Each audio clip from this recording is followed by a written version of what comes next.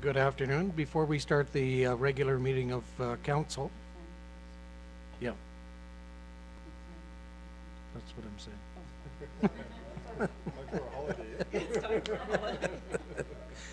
saying. We will have the special public planning meeting. Approval of the agenda.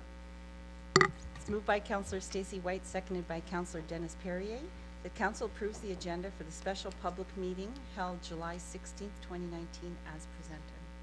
All in favor? Passed, unanimous. Any declaration of pecuniary interest? None declared.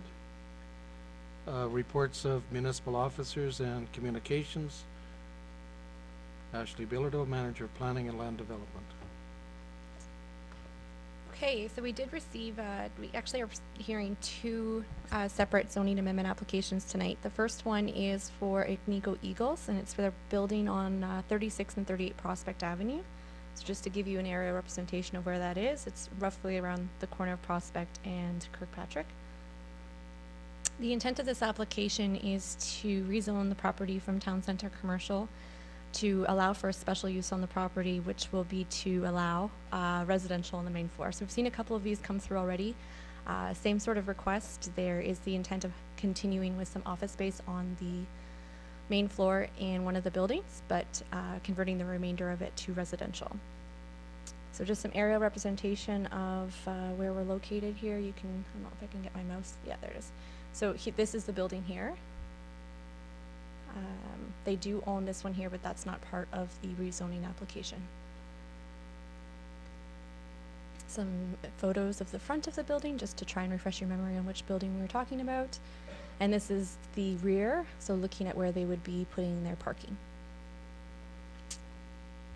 So in terms of the review, the proposed amendment, as I mentioned, would not eliminate the ability for the owner to convert the building back into commercial use. It also, there is some, they are intending on keeping commercial use within the building, so it's not going to be fully converted to residential.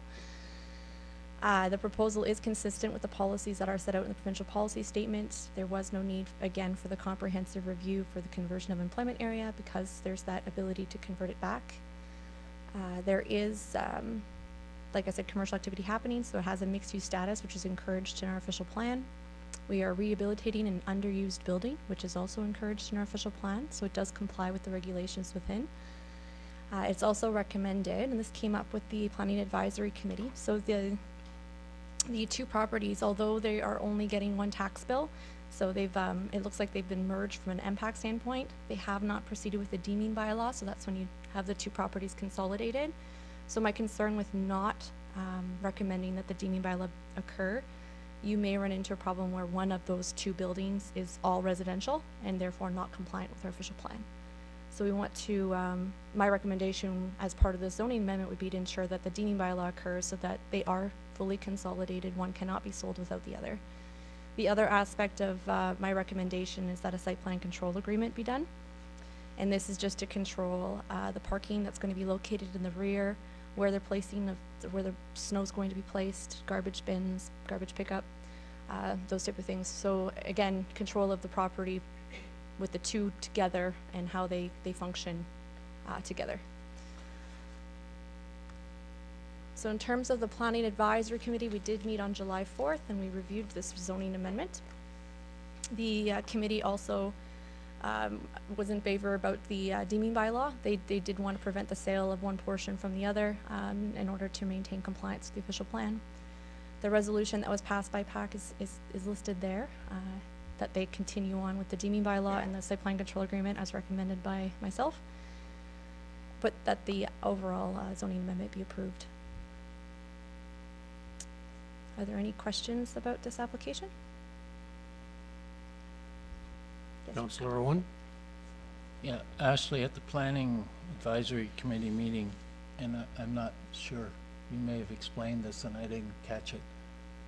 We also wanted that property on the back that goes into the parking lot, or into their parking, to be deemed as part of the property, so it couldn't be sold separate, because if for some reason they chose to sell that lot separate, then there'd be no access Yep. the parking. You're right. So I'm not sure, you may have It's in touched there. on that. Yeah, it was in the presentation to deem it together, but I didn't emphasize on it with my presentation. So, Okay, yes, the lot that is right here is also owned by Agnico, and the intent is to deem that with these other two, so that there's access here to come in. Otherwise, if this were to individually sell, access to the parking area would no longer be permitted. So, thanks, Rick.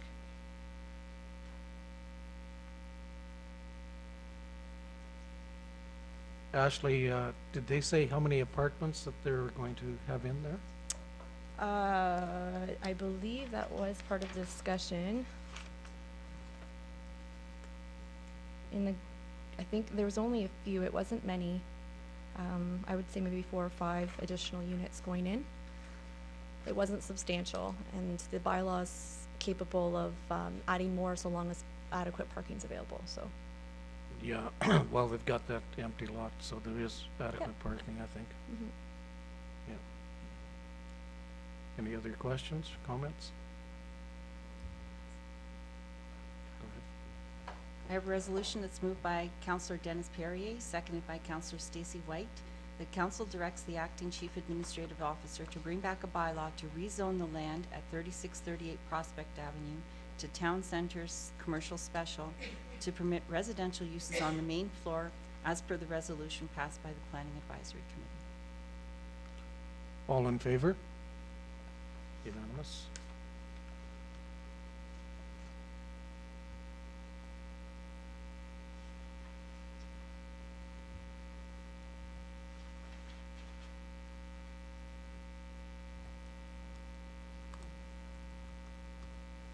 Okay, the second rezoning application that we received was by Betty Greenwood, and this is a mining claim to the west of Swastika.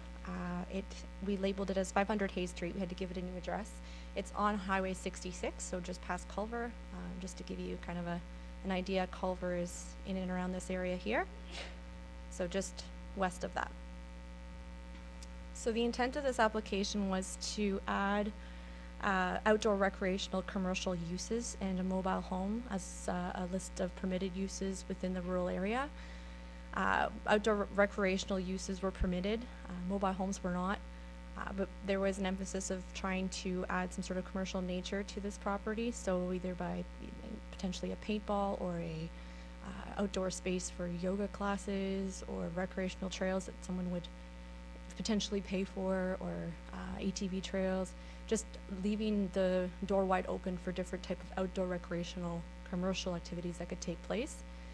And the mobile home, it has been brought up more recently that there is the intent to construct a single detached dwelling on the property, but there's still the interest of having someone reside in the mobile home either as a visitor or the owners until that single detached dwelling is up and built. So we need to add that as a list, or as listed as a permitted use within that zone in order for it to be legal. So the property itself is here. You can see that it's got some rock outcrop on it. That's the driveway getting into the property. In summary, like I mentioned before, the intent is to have some sort of recreational commercial use on it with the mobile home. There was no issues in terms of compliance with the provincial policy statement or the official plan. The Planning and Advisory Committee met on July 4th, and we did discuss this proposal. There were no concerns. They did recommend that the application be approved. And that was my recommendation as well as a planner. So, is there any questions on this one?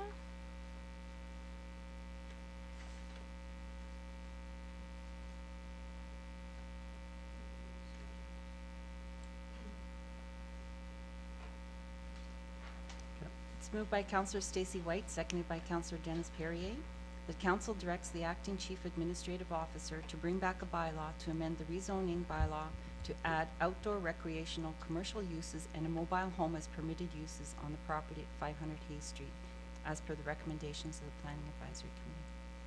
All in favor? Unanimous.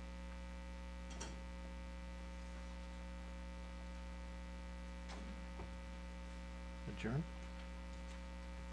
It's moved by Councillor Dennis Perrier, seconded by Councillor Stacy White, that council adjourn its special public meeting of July 16th, 2019 to a regular meeting of council. All in favor? Unanimous.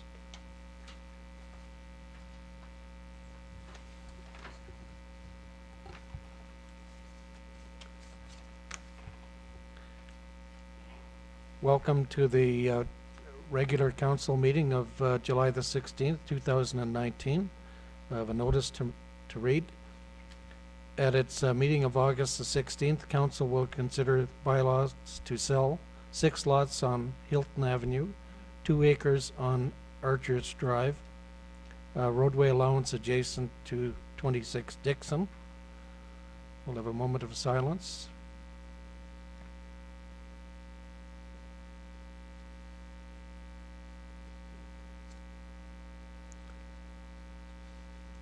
Approval of the agenda with an amendment. It's moved by Councillor Dennis Perrier, seconded by Councillor Stacy White. The council approves the agenda for the regular meeting held July 16th, 2019, with the addition of the item 6.3b, declare surplus and available for disposal of the bridge at Culver Park. All in favor? Unanimous. Petitions and delegations. We have the women's roller derby. Holly Costellani.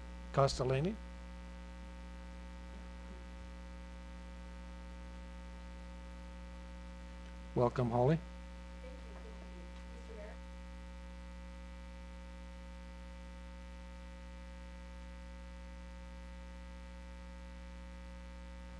Oh, better, sorry. I just want to talk a little bit about what Kirkland Lake Roller Derby is. KLRD currently has 5 adult skaters, 4 female and 1 male, as well as 3 youth skaters. As a team and roller derby sport, we strive to promote community, fun, growth, perseverance, patience, leadership, learning, and inclusion.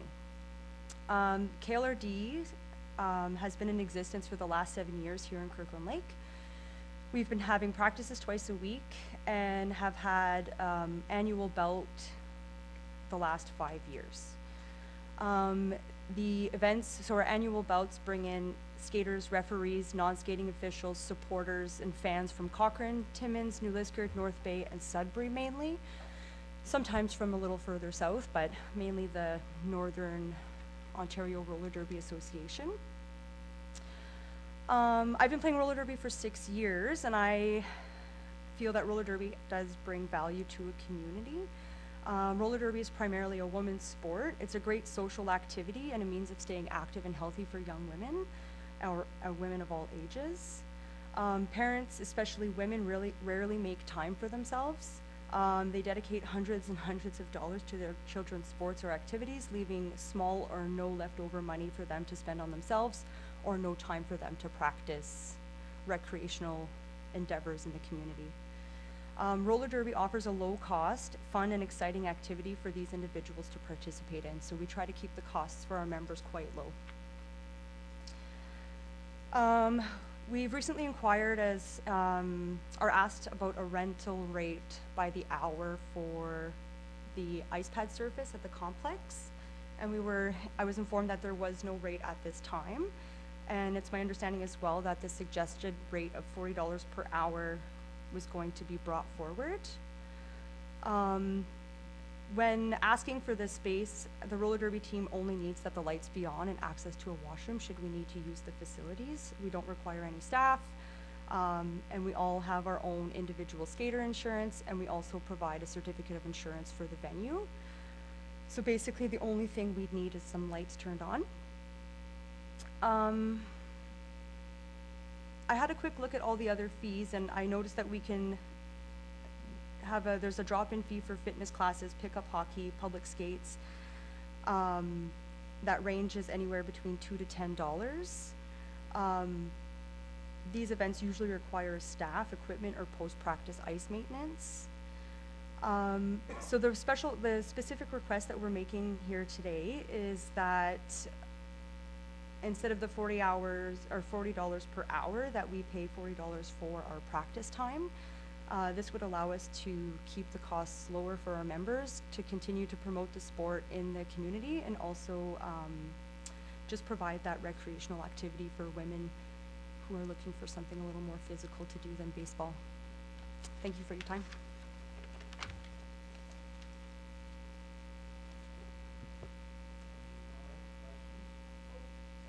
Comments or questions? You might, yeah, you might want to, don't take out yet. Pardon me? How long is the practice time? Practice time is 2 hours, so we usually show up 15-ish minutes before a practice. So our practice time, I would say 2.5 hours. So it takes us about 15 minutes to gear up and about 15 minutes to gear down. When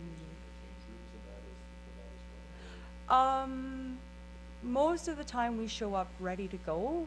There may be a need for someone to use a change room to change into their sporting attire, but at the other venues we've mainly been ready to go when we show up. Right now we're in the September to end of June we practice at Sacred Heart School, and then we've been to Civic a couple of times this summer. Civic was good. I was actually wondering if the surface had been polished, because in the past it was quite rough, but it seems to be much smoother this year. Yeah. The wear and tear. So all, what does each player or member pay? Is there a league? We've, Or the a fee? past, I think, 2 or 3 years, we've waived our membership fee in order to keep the costs low and encourage membership. One of the biggest barriers to people joining roller derby was money and time. Unfortunately, I can't do anything about people's time, but so we decided as a group to waive that fee to allow people to participate for a lower cost. So the only cost that a player would incur is their $50 insurance that's paid directly to the Canadian Roller Derby Insurance. For themselves, that's $50 a year, and then the purchase of their gear, which ranges from $50 for used gear, where the sky's the limit for brand new advanced gear. Is there hope of, or plans of forming a league in Northern Ontario? Or is it just going to be exhibition or invitation? So currently we have the Northern Ontario Roller Derby Association. So there's representatives from all the teams across the Northeast region. So there's Sudbury, Cochrane, Timmins, Kirkland Lake, and New Liskeard has recently revived their league as well. And we work together to try to support each of the small communities. So we'll take turns hosting events, inviting them to come to our events, holding scrimmages, having referee clinics. We were trying to get a junior game going as well this year. We didn't have enough junior skaters, unfortunately. So we work together. We've been working together for the last, 6 years as individual communities coming together to promote the sport. There is a regional team for the Northern Ontario Roller Derby, and they participated in all kinds of events. We did a tournament in Calgary a few years ago. We have games. We did a tournament in Sudbury. We did games in Sault Ste. Marie, Windsor, Orillia, Guelph, North Bay. Oh, North Bay is also a part of the Northern Ontario Roller Derby Association. So there are roughly 8 on each team? Each team requires, we can roster up to 15 skaters. Okay. And so if Kirkland Lake, to have our own team here, we'd need another 10 skaters on our roster, So there's nothing collected from them other than that $50 insurance fee? Is paid directly to the insurance company to cover the insurance cost. So it doesn't go through the league, it's, Nope, well, each player individually purchases their insurance online through their PayPal form. do you think it's unrealistic to ask each player to pay $5? Well, with the $40 per practice, our plan would be to divide that $40 by the number of skaters there. So if our practices are usually 3 to 4 skaters, so at $40 per practice, we're asking each skater to contribute $10 per practice that they're there. Okay. give or take on how many people. And that's why for us, the $80 per practice is, it's difficult for us to ask people to spend $20 per practice, up to $40 a week. So this is why we're making the request today to have the fee be a little bit lower. Councillor White? You said that you've been practicing at Sacred Heart. Do they have a fee for using their facilities? No, they don't have any fee. Councillor Owen? Yeah, any team that I played for, I paid a registration fee, which was used to offset the cost of operating the team. Any organization I've been involved with since I outgrew sports has required the players or the participants to pay a registration fee to cover operating costs as well. These organizations also did fundraising events, and I'm seeing a trend in Kirkland Lake that I really don't like, and that is a lot of groups are just coming to council and saying, we add to the economy, we add this, we add that, so we'd like to use the facilities free. And I don't see a lot of planning on behalf of these groups to set out their budgets to see what they need to raise that money. And I'm not sending your group out. There's many groups that come to us and ask for freebies. So I don't know roller derby. I don't know if it's standard procedure to have a team registration fee. It just seems to me that if adults want to play, then they shouldn't expect to play on the rest of the ratepayers' backs. They should be prepared to pay something to carry their weight. Am I saying $40 is right? I don't know. But I think something should be paid. Now, whether it's a per player fee for the 2 hours you're there, I think we did that with old timers hockey. Actually, you do, excuse me, you do that with the Children for Ball Hockey. They play by child, pay by child. That's there at the game. If they want to put on a game, each child pays a fee to play. That's for the ball hockey. Yeah. Well, what I'm suggesting is that maybe we get a little creative here.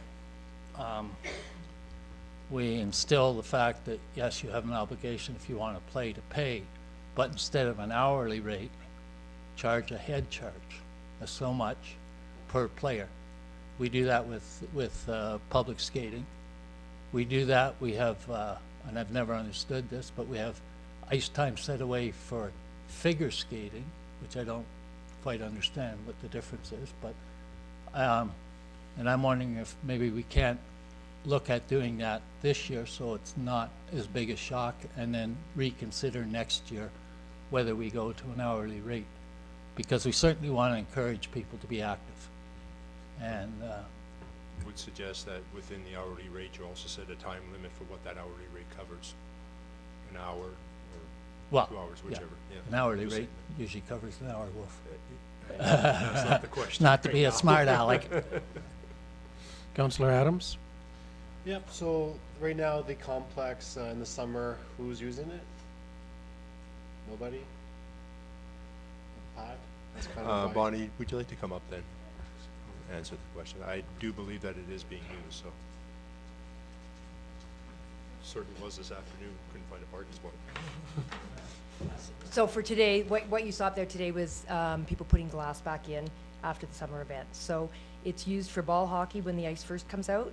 It's used for the home show. It's used for the circus. It's used for special events. Okay. That's the basic use of the arena in the summer. Yep, so basically, there's never been like an hourly rate, that's why it came to us last meeting, where it's Yes. like $34.80, because this isn't new.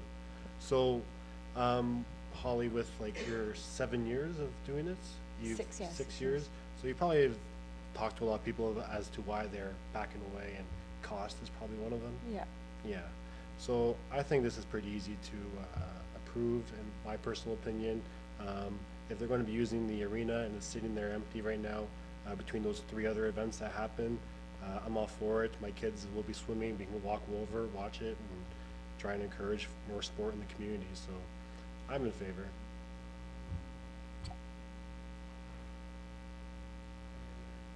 Any other comments, questions? Do we have a resolution or we want to, okay. Just be a moment. Councillor Owen, Can I have a recorded vote on the resolution, please? okay. Councillor White, So we didn't make a decision on the rate last time. So don't we need to make a decision on the rate before we waive that rate that's non-existent right now? That would be appreciated, yes. Yes, so maybe this can't, yeah, it's like we can't make an official decision tonight because we don't have the rate to waive yet. Yes? true. Or you're setting this instead of the rate. Like the rate can still come back, but this would still be, this would supersede. And we can incorporate this into the bylaw that for 2019, the rest of the year.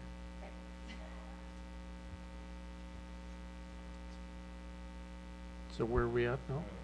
So, Rico, sorry. Yeah, last meeting I asked for the rationale behind the development of the hourly rate, and I believe Wilf has an explanation to that. Yes, the rates themselves for Civic Park were passed in 2017. The rates were set in consultation with council based on council's recommendation that the rates should reflect the limited staffing associated with Civic, be fair in comparison to the established rates at the complex, and attractive to encourage use. Based on this, it was determined that the rental fees for the pavilion would be 50% of the arena dead ice rental rate. These prices were presented to council, voted on at an open meeting. Therefore, rates to use the pavilion or the courts privately were set at $34.45 per hour for the adult rate in July 2017.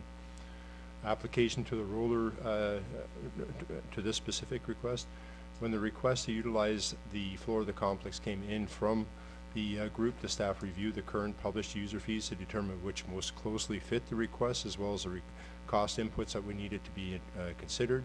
The pavilion rental fee seemed to be the most relevant, as the request is basically for the use of the surface with no staffing, set up, or takedown requirements. What are the costs to rent out the ice surface?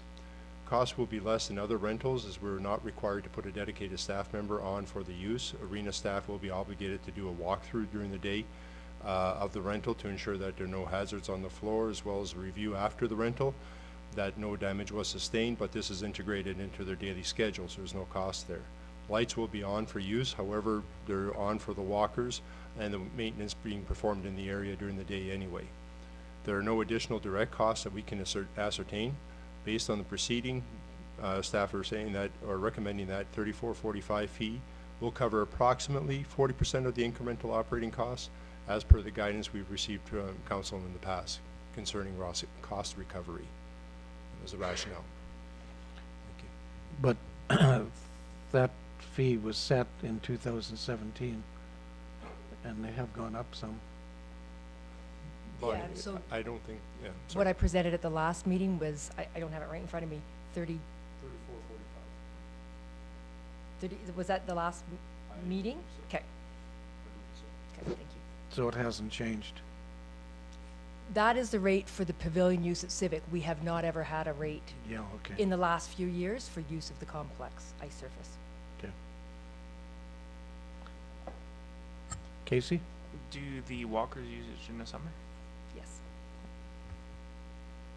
Not as much as winter, but there are some that, yeah. Yeah. So I have a motion that's moved by Councillor Dennis Perrier, seconded by Councillor Stacy White. The council approves the request from the Kirkland Lake Roller Derby group to utilize the complex floor for practice time at $40 per session. And then I've asked for a recorded vote for that. Okay, this is the request that's come from the roller derby. Okay. Councillor Owen? I think that $40 should reflect the $34 or $45 or whatever, not $40.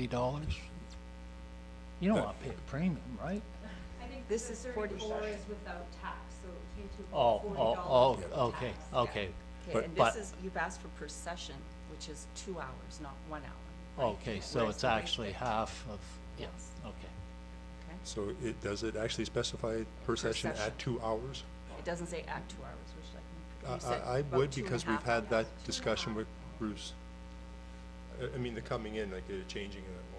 Yeah, that's so that we practice from, practices are typically from 6 to 8, and then the half comes from just the gearing up and gearing down. Bonnie, change rooms? I sound like a really cheap person right now, but I have to ask, right?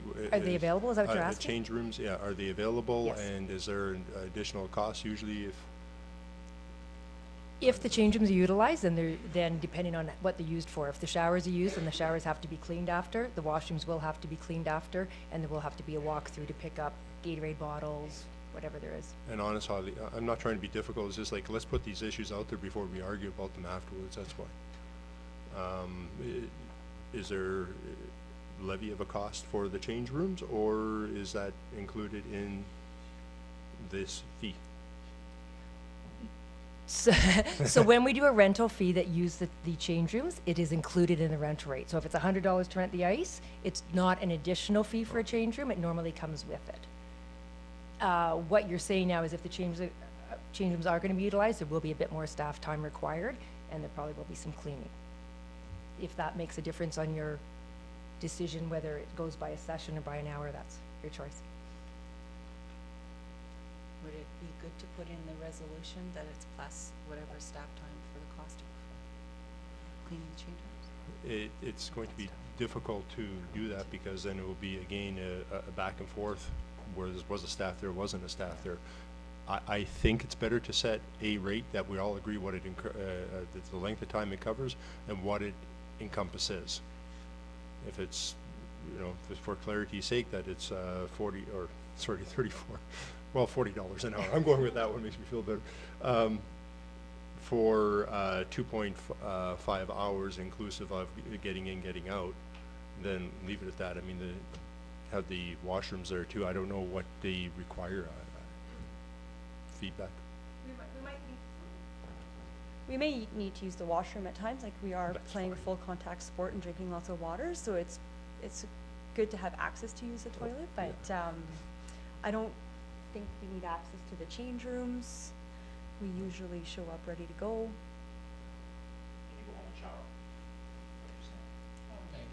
Sometimes. No, definitely not, no. Would you like me to read this again? The council approves the request from the Kirkland Lake Roller Derby Group to utilize the complex floor for practice time at $40 per session at approximately 2.5 hours. And recorded vote? Okay, recorded vote. Stacy? Oh, sorry, gotta go outside. Oh, okay. Yes. Okay. Counselor Patrick Adams, yea or nay? Yay. Counselor Eugene Ivanov, yea or nay? Yea. Counselor Rick Owen, yea or nay? Yay. Counselor Casey Owens, yea or nay? Yay. Counselor Dennis Perrier, yea or nay? Yay. Counselor Stacy White, yea or nay? Yay. Mayor Pat Kiley, yea or nay? Yay. It is unanimous.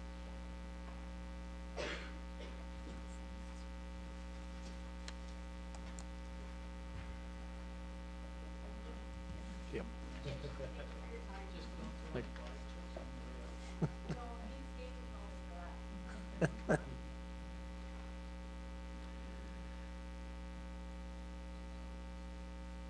Cesar Ferrera, Contemporary Art Committee. Welcome, Cesar.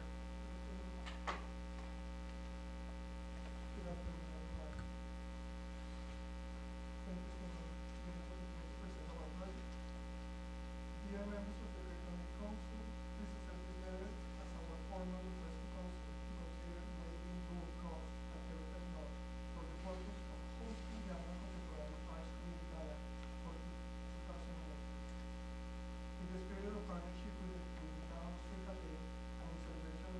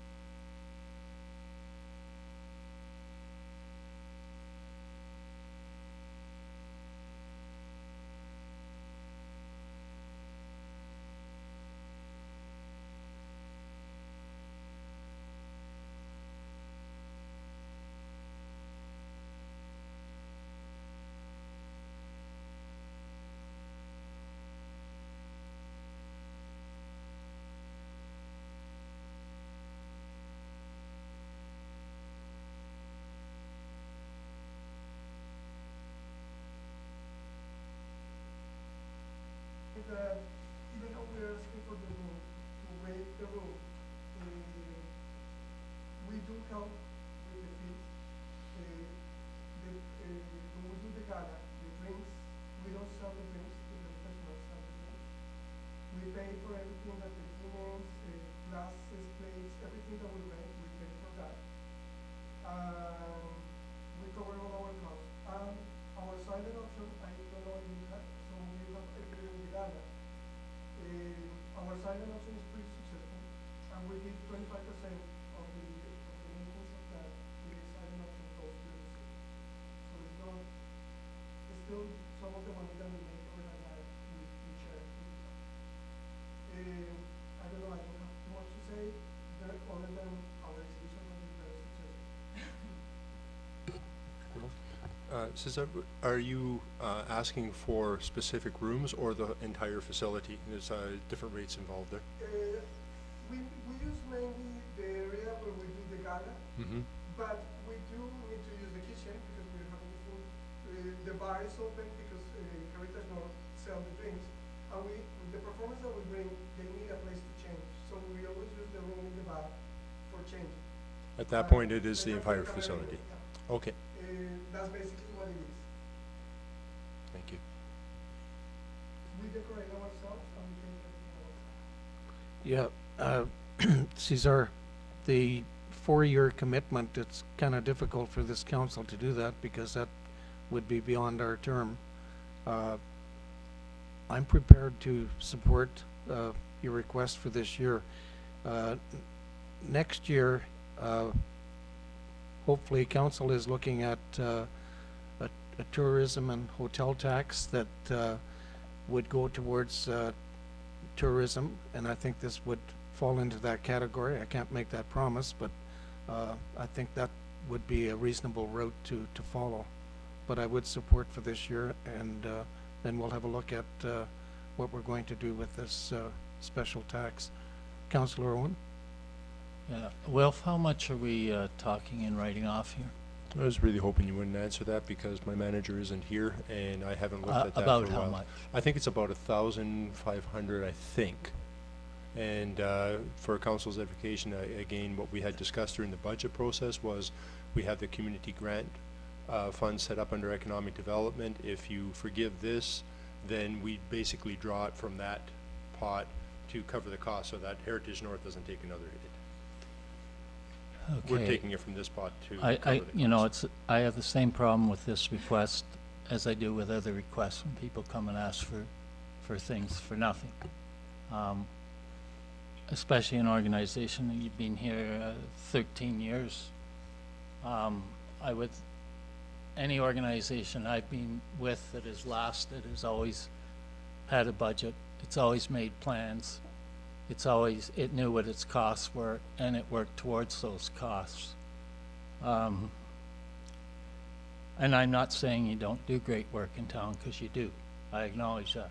There's no doubt in my mind you bring an element to this town that we wouldn't have otherwise, and I appreciate that. But at the same time, when I sit at this table, I represent all taxpayers. And this is not a community that's flush with money at this point. I could go along with it this year, simply because I do admire the work you do. And I'm going along with it for the same reason that your worship stated. We are looking at a new way of doing this, and it won't come out of the ratepayers' pockets. And, just let me finish. And there will be strict rules, regulations, qualifications, and it will stop putting us councillors in this awkward position of knowing the finances of the town and knowing we can't really afford it, but knowing that you bring an important element to the town. And like, I struggle with this because but under the new system, so I can go along with it this year. I just like to explain something very quickly. Something that happened with the art is that there is no other money coming. When we close this exhibition, we rarely sell anything. And if we sell it, the museum gets 25% and the artist gets, but the buyer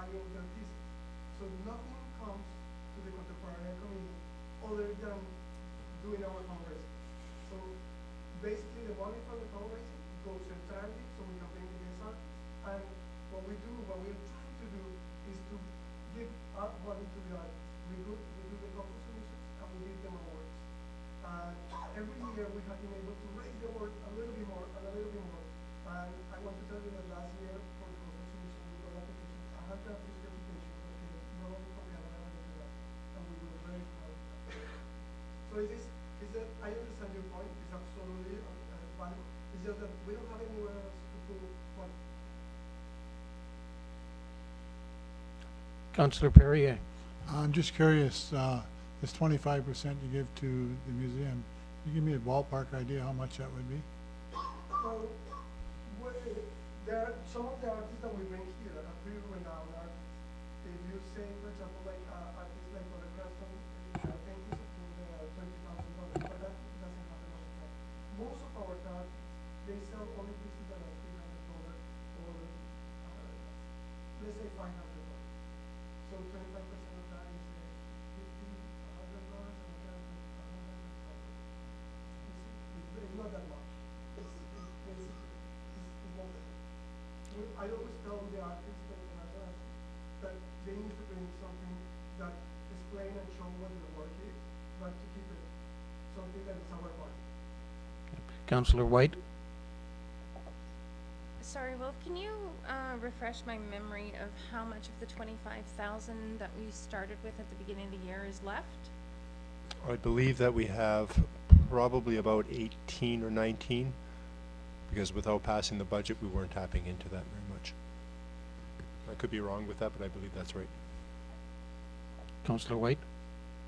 I would definitely be in favor of approving this request this year. Not only is the town looking into other revenue streams, but we also have to look into more solid community grant wording, in which there is a time limit on how many years a specific group or organization can tap into, and a specific amount that they can tap into. I believe town staff is looking into other community grant programs through other municipalities. I know I am. So for this year, definitely I'd be willing to support, but unfortunately I wouldn't be able right now, considering the climate, except 4 years.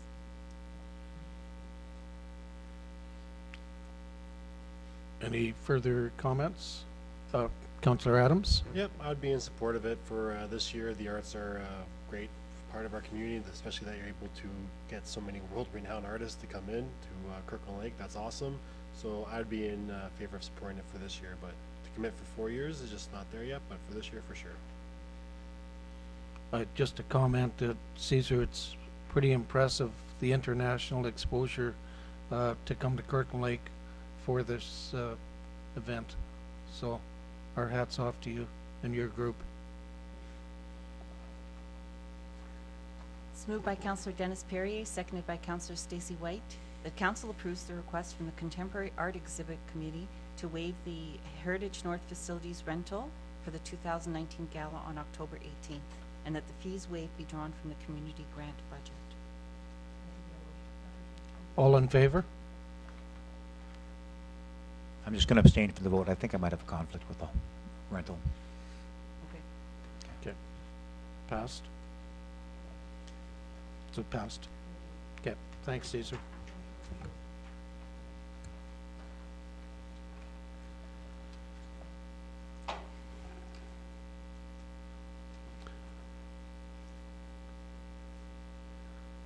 Update from Agnico Eagle, Francois Doyon, and Sarah Moret.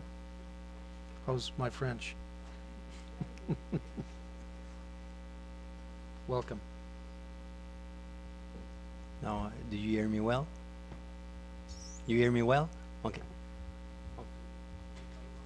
Yeah, it is. Okay, thanks for receiving us to provide this update. I'm Jean-François Doyon. I'm Director, Community Relations and Indigenous Affairs for Agnico Eagle. And I'm with Sarah Morin, who's Environmental Coordinator for the project as well. So we came here last year to provide an update, and we're very happy to come back this year again. So we have a small presentation. So here.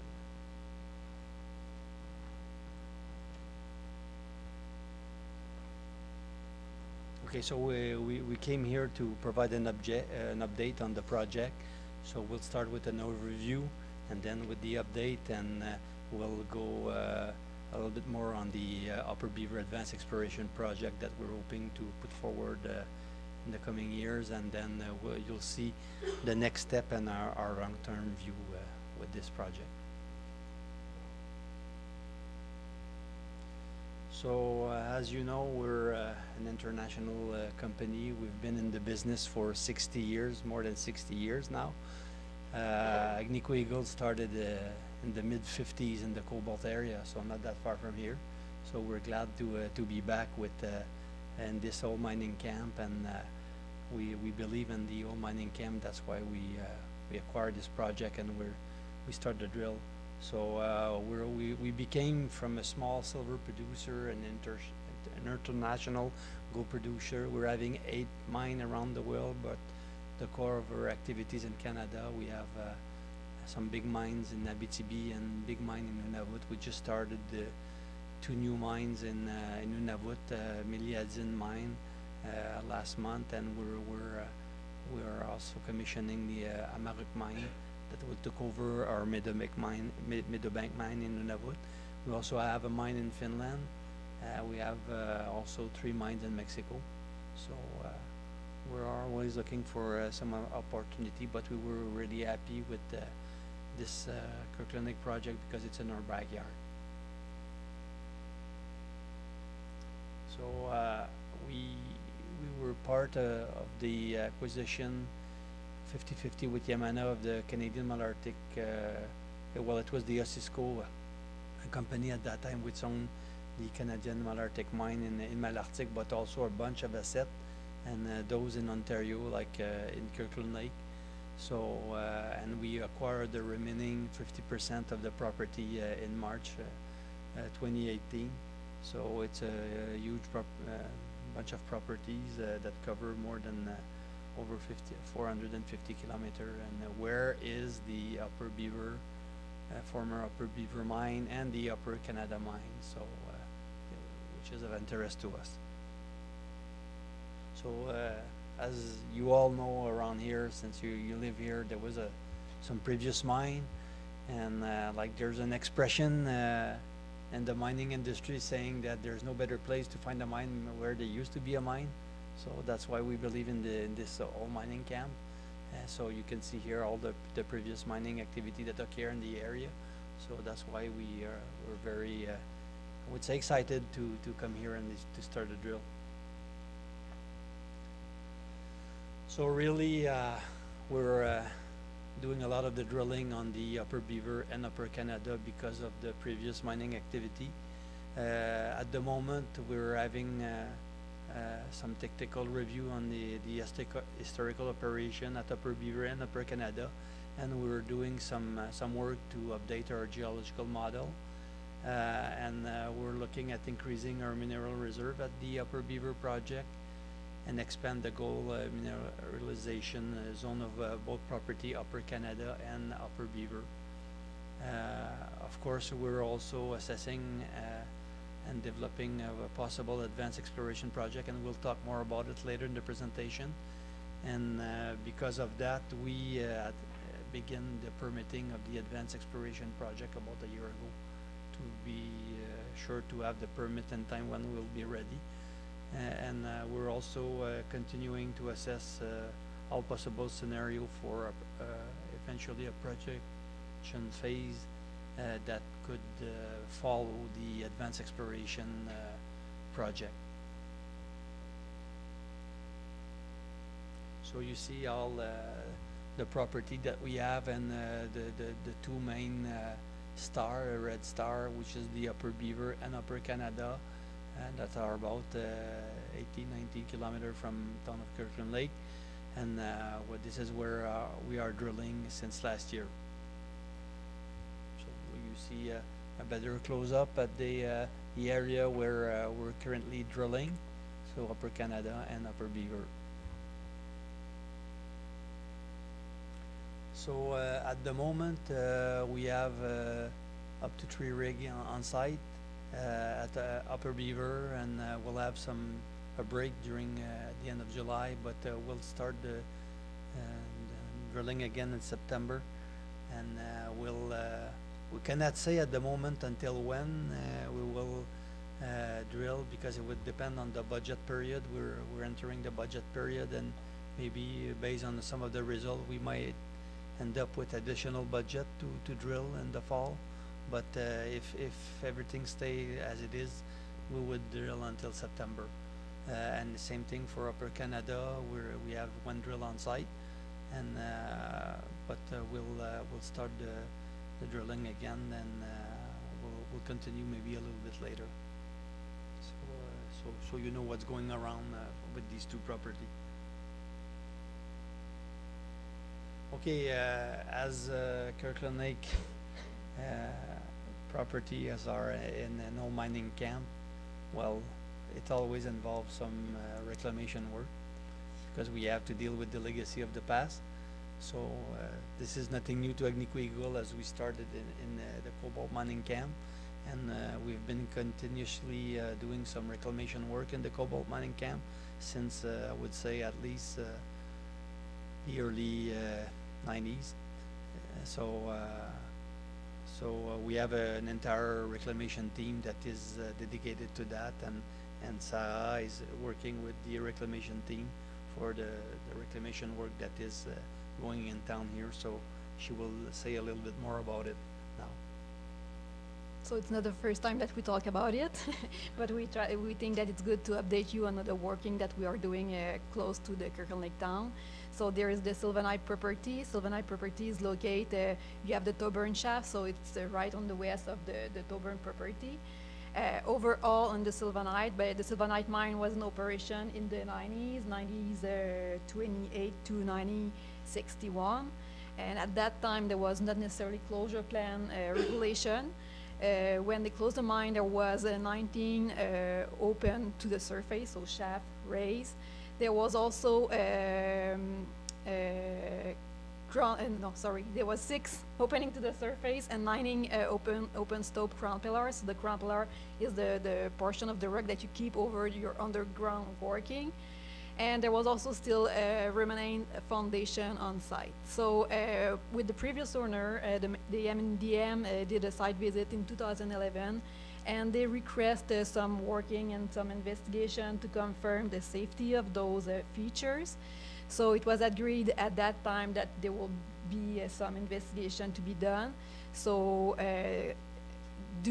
for example, a geotechnical investigation of all the near surface crown pillars, giving some priority to the one that they already know that was thinner than the other one. So this is already done. Also, they agreed at that time to replace all the concrete cap on the opening to the surface to make sure that they are now as per the new regulation, and also to remove foundation mill that's already done also. So the quality of the image is not very good. It was better than that. Sorry about it.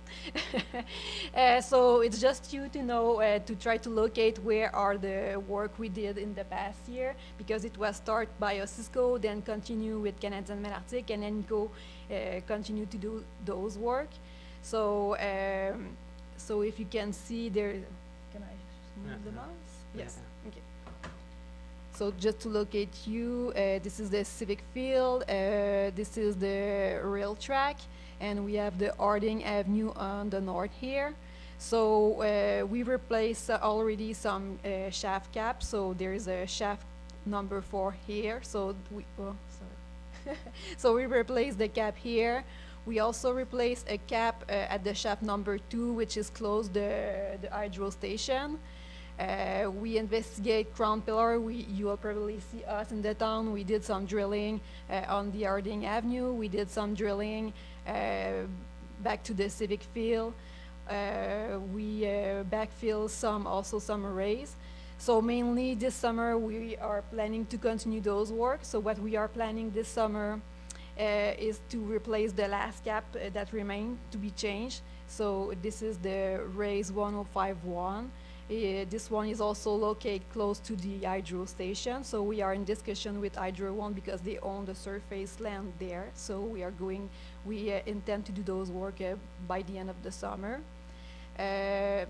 we also already have backfilled the shaft number 3 here and the shaft number 1 here. Those two shafts were shallow shafts, so we backfilled them. Then we just monitor them to make sure that the backfilling is good and it's stabilized.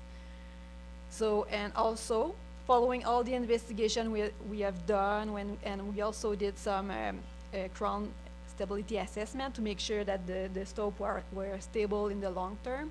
Following those investigations, there's 3 stope that remains, we call that remains with concern, because they are not considered to be long stable, so we have to do more investigation, and we have to do some rehabilitation work. So we are already do some rehabilitation work on crown pillars on the 1044, on the 210 pillars on the Harding Avenue. So those ones are closed. We backfill them. We put a self-support concrete plug, so that means that there's no more risk for those 2 ones. So the one that remains are the one on the Harding Avenue, the 276 tree, and it's all numbers. It's not really important, but just to know that there's 3 remaining.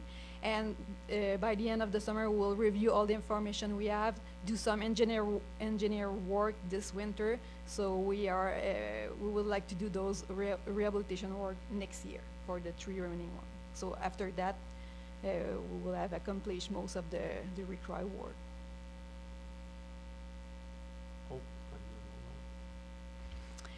But having a big property, we also have other site with a historic feature. So on the Upper Beaver, there was also historic mining activities on which we have to, which have features that we have to take care of. So the recent work we've done was also investigation drilling for crown pillars in this area as well.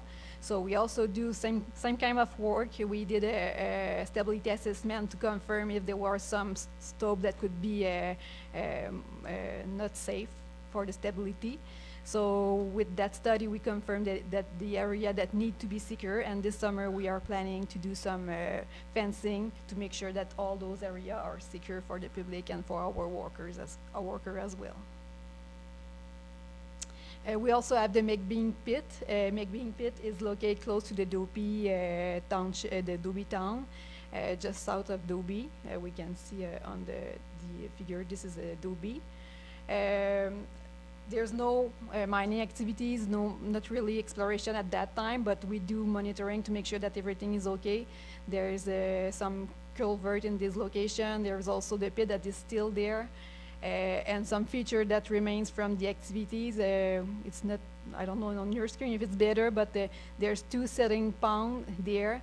Those pond, because during the operation the pit was dry, so they were using those 2 little pond for sedimentation. Yeah. So then the structures are still there. So there's some water that are retained by those berms between the ponds. So what we would like to do is to reduce the amount of water that is retained by those structures. So we are working with engineer to design a kind of spillway just to reduce the amount of water that is retained there. So it's just to reduce the risk of having structures that retain waters. It's to let the water flow. Yeah. So we are in process with that with the MNRF. We just present them the work that we would like to do. So we need some permits to be able to do those works. So the start of the work will depends of the time we get the permit for that. So then it brings us to the Upper Beaver Advanced Exploration, one of the main property we have on the Kirkland Lake project, where we do most of our activities currently. So the Upper Beaver Advanced Exploration, the goals of that, it's not mining, it's very advanced exploration. So what we want to do with that project is to be able to do some bulk sampling, so to grab some rock underground.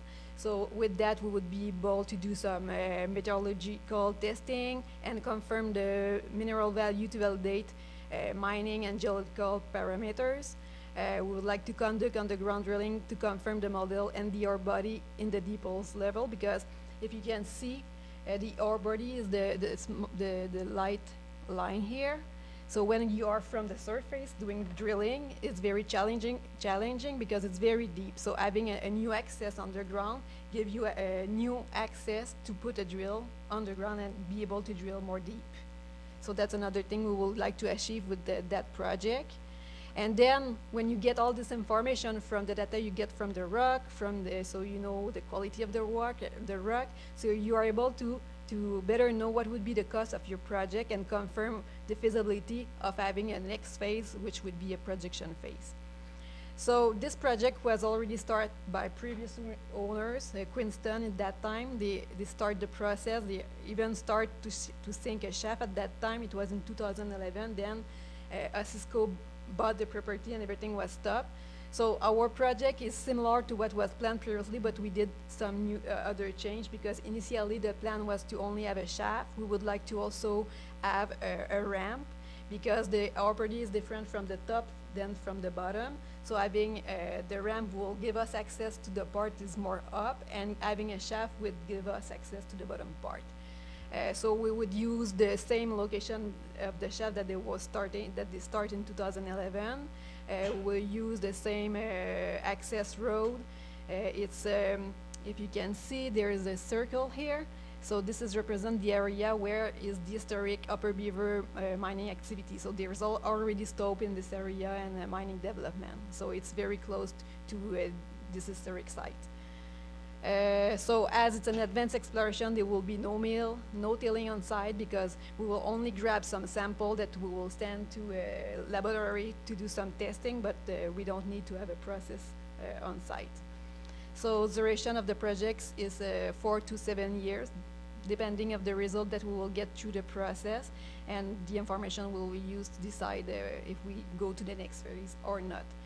So we are hoping to start the advanced exploration in 2020 or 2021, depending on the permitting we will have in time. So I'm suspecting a question here is when will you know if there will be a mine, and it's when we'll collect those samples and have the result, not before that. So it will take a couple of years again before we know that, because we think we believe in the potential at depth. And because the former mining was below 400 meter, we think the mineralization continue at deeper. And since we're good at deep mining in Abitibi, so we're interested in looking at more closely at the potential there. So that's why we want to build an exploration shaft.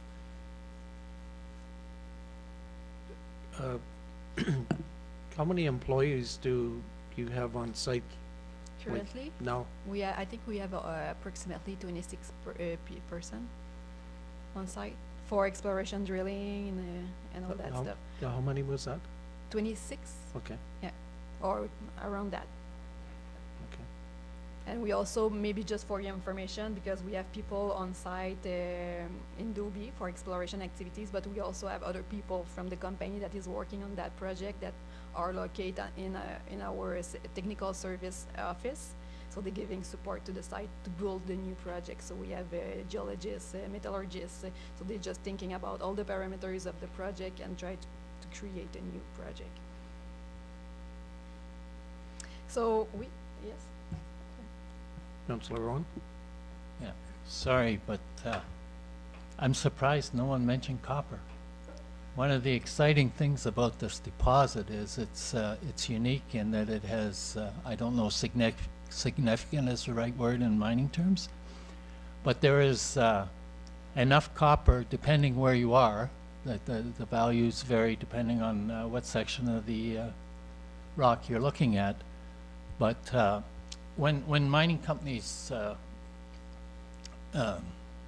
mill their ore and then they send it off to be refined, there's often a little bit of silver, a little bit of copper or whatever, and they get credits for that. But in this case, the copper is going to be more than just a few dollars every time they send stuff to the mill. It's going to reduce the amount that it's going to cost them to produce the gold, and I think that's one of the exciting things about this project. I'm maybe not the best person to talk about the level of copper we have, but I can confirm that we have, and that it's something that we look it? Is it economical to extract it? But there's also some meteorological challenge when you have copper and gold, and depending of the geochemistry of your rock, it seems easy sometimes, but you have some challenge to make sure that you will be able to extract it without additional fees. So yes, it's there, but they have to evaluate that. Let's say it's bringing an interesting side to the project. Okay, so about the advanced exploration project, so to be able to start this project, so we have a bunch of permits that we have to pass through, almost like a mine, but because you will have to manage water, you need a closure plan, so you need to already think about how you will close the project and make sure that you will provide to the ministry a financial assurance for the cost of the closure of the site. You need to manage the intake water, so you have to know how many water you intend to take and make it approved by the government for the domestic use, for the industrial use. And also having a mine means that you will have to keep the mine dry, so you have to dewater the mine. In our case, we also have to think about the fact that there's already workings that we have to dewater before we can start any work. So it's a kind of two-phase of dewatering, and then we'll have to keep the mine dry. So there's a specific permit for that. Also, having a shaft and raise opening to the surface, we also have to be in compliance with all the air regulations. So we need a permit for air, noise, vibration. With the Ministry of Environment. Did I miss something? And also we would like to do a pumping test this summer, because we did a hydrogeological study this winter.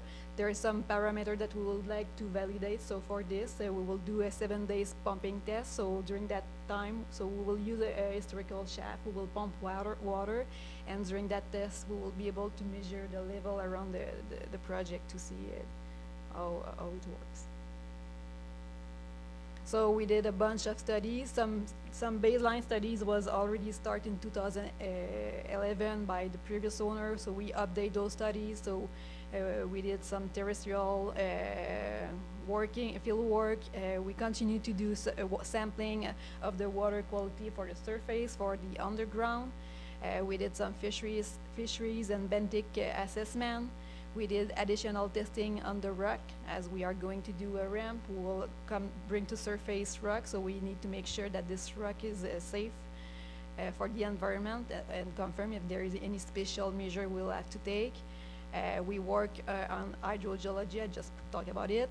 We did some work about the water treatment design, because the water that you will put to the environment, you want to make sure that is okay and the quality is good. So you have to already think about what will be the treatment of that water.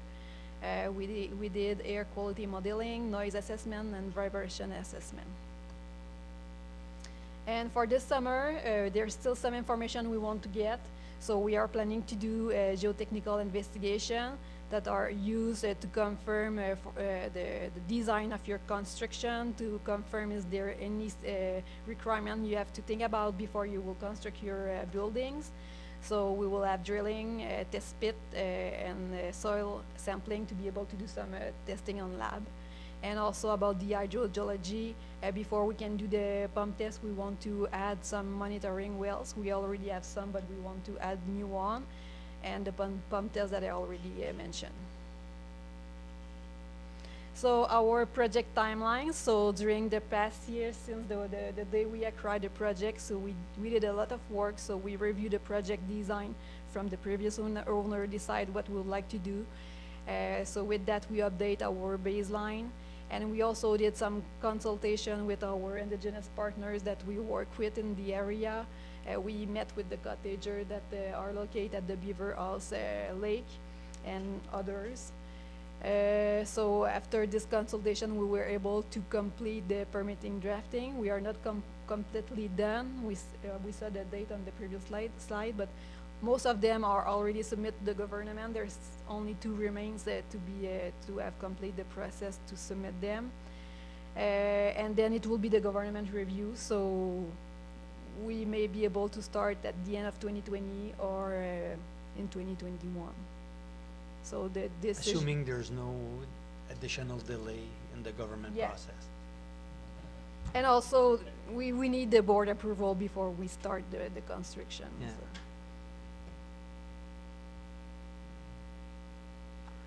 so. So, we talked to you about the exploration we're doing, and then Sarah talked about the advanced exploration. But now we want to, we're coming to the evaluation and design of a possible future mining project.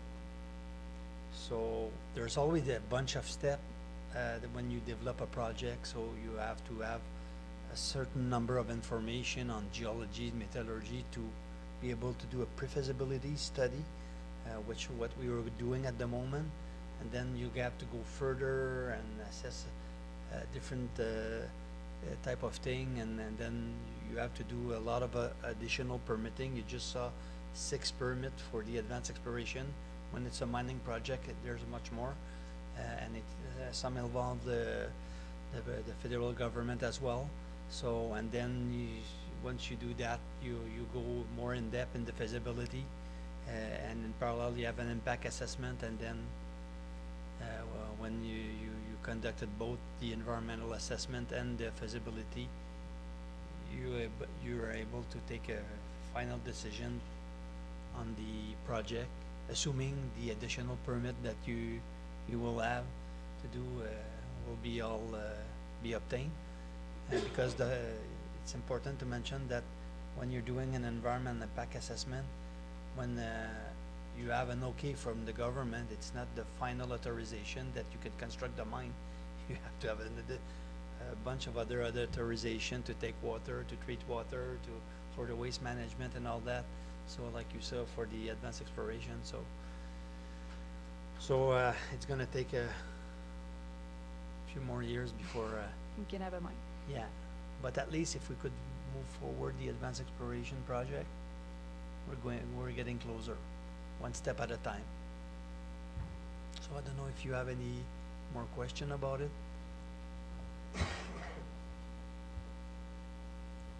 Councillor Perrier? It's an option at this point. We're looking at it. But all the options are on the table. Custom milling or a mill. It depends.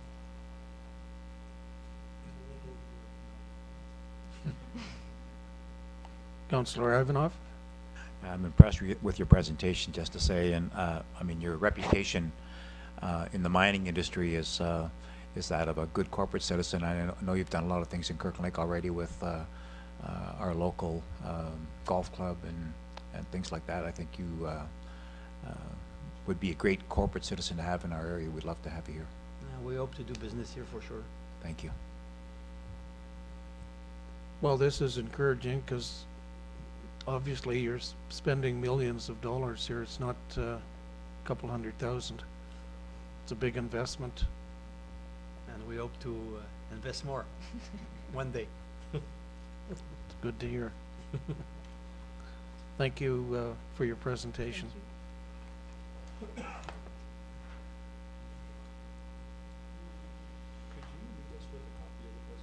Yes.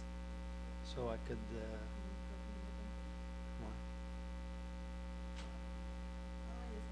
Yeah, we'll email that to you, a PDF.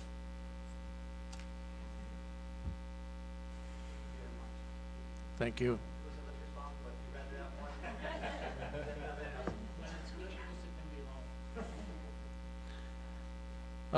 Just one item. We have to go back to number 3 on the agenda. I was asleep at the switch. Is there any declaration of pecuniary interest? Councillor Owen? Yes, I have 2 declarations of pecuniary interest. The first one is 6-4C, Kirkland Lake Soccer Association. My wife is on the executive of the Kirkland Lake Soccer Association. And also 7, bylaw 066 being a bylaw to adopt the 2019 water and wastewater budget. My wife and my son both work in the water department, so I also have a pecuniary interest there. Thank you. Duly noted, thank you. Councillor Ivanov. And I'll declare a pecuniary interest in the Contemporary Arts, asking for hall rental fee reduction because I have a rental hall. Okay, we got that one. Thank you. Sorry about that.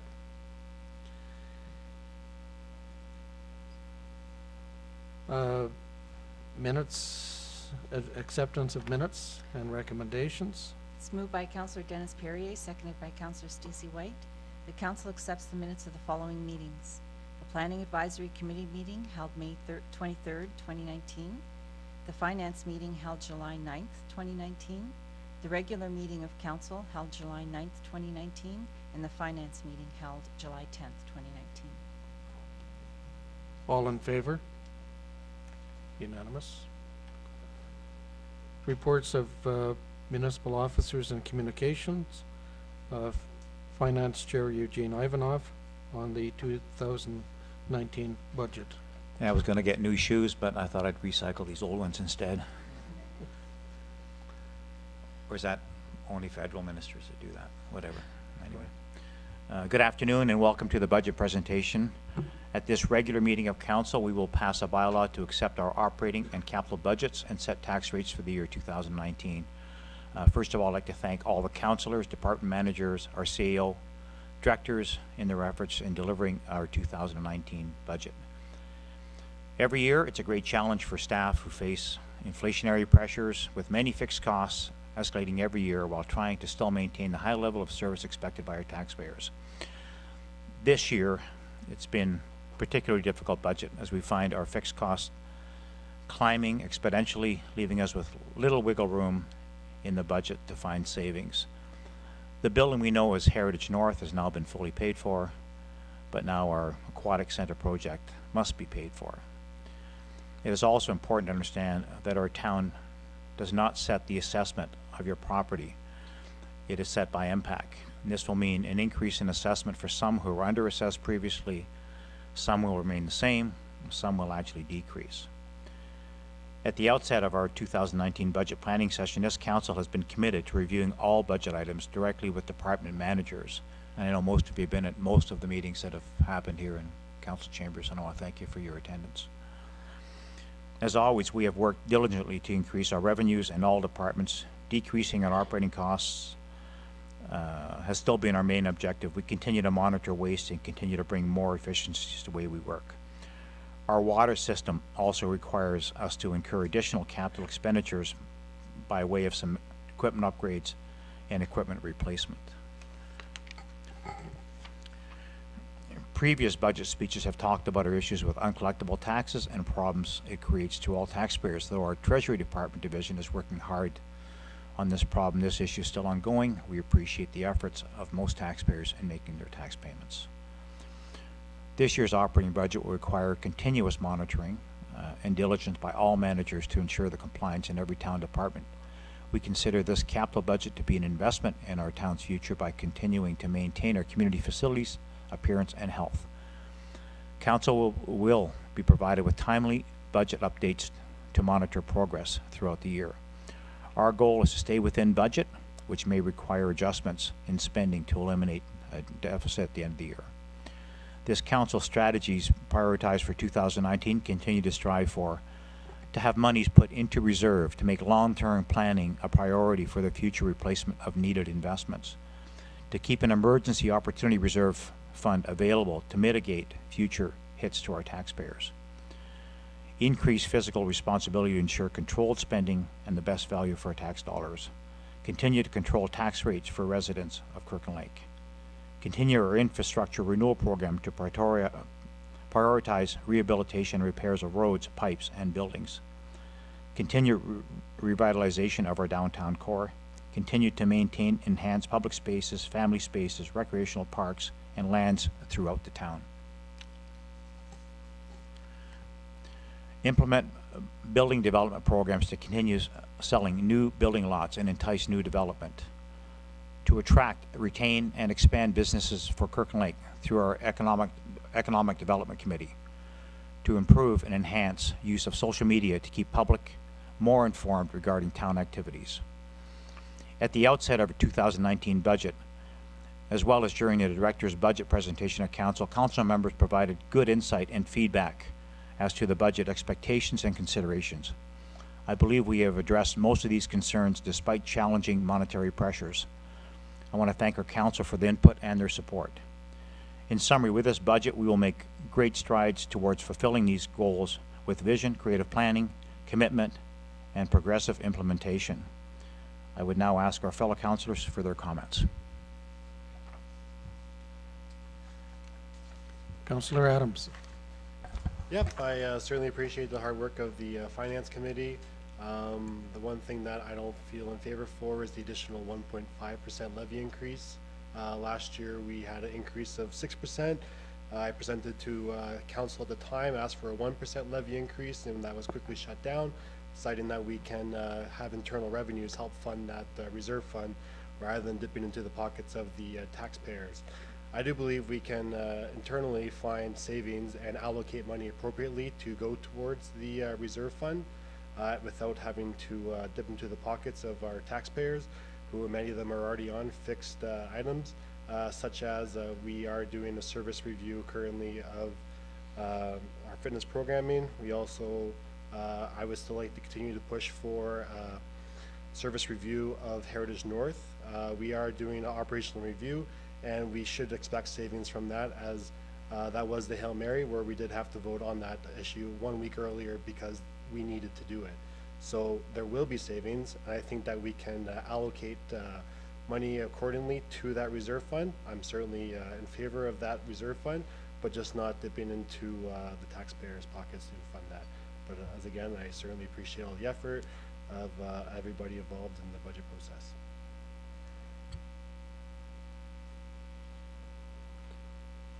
Councillor Owen. Yeah, this was an eye-opener for me. I had seen the budget from the reporter's table. Now I've seen it from the council table. It was a lot of meetings, and I attended all the ones that I didn't have a pecuniary interest in, although the last one, unfortunately, I had another meeting that conflicted concerning town business, and as a result I'm going to suggest a minor change when we get to passing the bylaw, but it won't change the end figures, so we won't need another meeting. I think that this council ran, I know I ran on trying to get the finances of this town straightened out, and our treasurer did one heck of a workload, and our deputy treasurer, to get all the right figures in all the right columns. And I believe for the first time in many years, or at least in the last few years, I shouldn't say many years, few years, we now have a realistic picture of where the town stands in terms of its finances. And we know going forward, we know of a number of major expenses that we are going to have to do. We know we have to buy 2 fire trucks. We know we need a new fire hall. We know the sewage pipeline from Swastika, that we have to pay our portion of that. We know that we have to build a new garage, Works Department garage. Those are the things we know of. And we're starting to plan ahead, which I think is something that lacked in the past. The things that, and I don't think it should worry taxpayers that, you know, the levy's gone up, because we are putting money ahead, so you will not be hit with big hits down the road. The scary part for me is the unknown, the things that are going to come forward.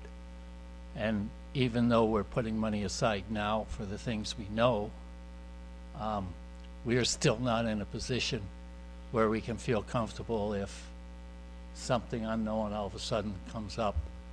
But I'm pleased with the budget, and I'm pleased with the participation of the council members and the staff. I found it to be a good two-way process. The staff listened to council, council listened to the staff, and I know people aren't going to be happy that taxes are going up, but the reality is we did the best we could. It's a difficult balancing act, and I think we had struck the right balance. Thank you. I echo some of your comments as well, Councillor Owen. One thing that this council has been able to do is will budget for its reserves, and that hasn't been the case for many councils. So I think we're off on the right foot.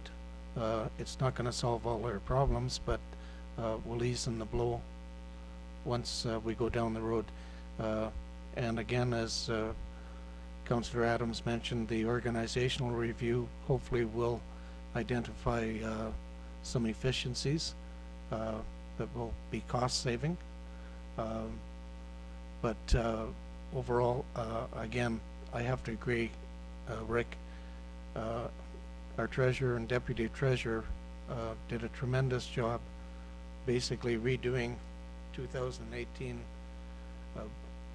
budget and getting it posted in the proper categories, and lining up 2019 with the municipal accounting process so that we can identify and relate to where the expenses are. It was always smoke and mirrors the way we were doing it, not on purpose, but it wasn't a very efficient system.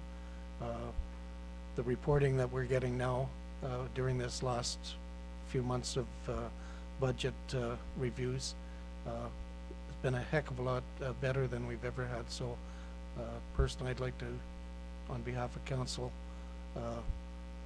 thank the treasurer and the deputy treasurer, and thank you, Eugene. Great job. It's not an easy job. I've been there, but we'll be off to a quicker start for 2020 because we'll have our accounting system in a much easier manner to work with. So, Councillor White. Sorry, yes, this definitely was a very long and drawn-out process this year. We had 14 finance committee meetings. I think that's the most that the town has seen in quite a few years. And as Eugene stated in a previous meeting, we looked at items at $200 as vigorously as $20,000. This is a transitional year for the town of Kirkland Lake, and I believe in taking the chunk of money for reserves, even though it does cause and may cause a little bit of hardship for many of our residents. It's important that we did it, and continuing from here, we will be looking at the efficiencies within our departments to save money in the future, but it was very important that we started off on the right foot and set out those reserves. So I do appreciate all the work that was done by all staff. About 328 pages came to us front and back. You have to love numbers to do that over and over again. However, I am hoping this is the worst year for this town, and we're going to set out on the right foot for the future. Any further comments? Okay, the budget approval will come back as a bylaw after. Manager of Infrastructure, Don Parcher.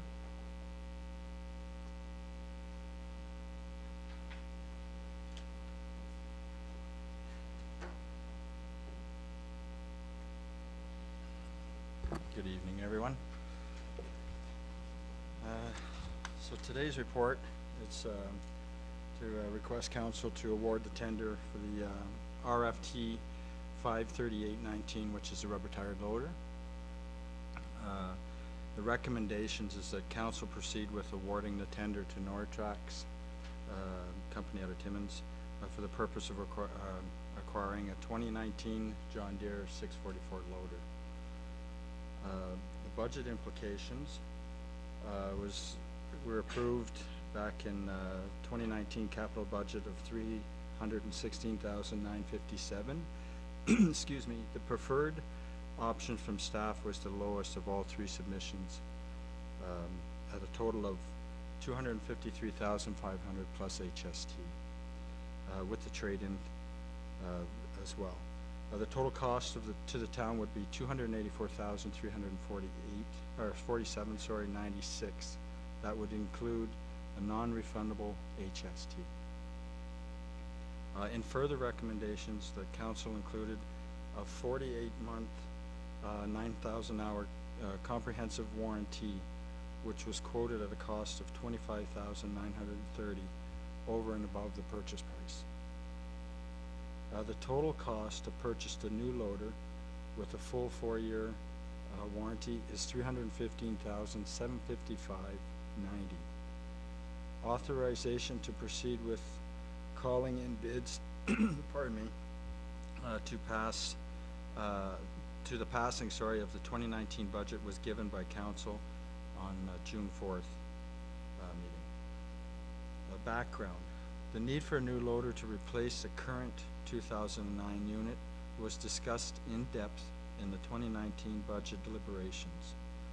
Council approved $316,957 to be spent on the purchase of a new loader, with the funding to be arranged under a bank loan. The municipality held a comprehensive process soliciting 3 bids.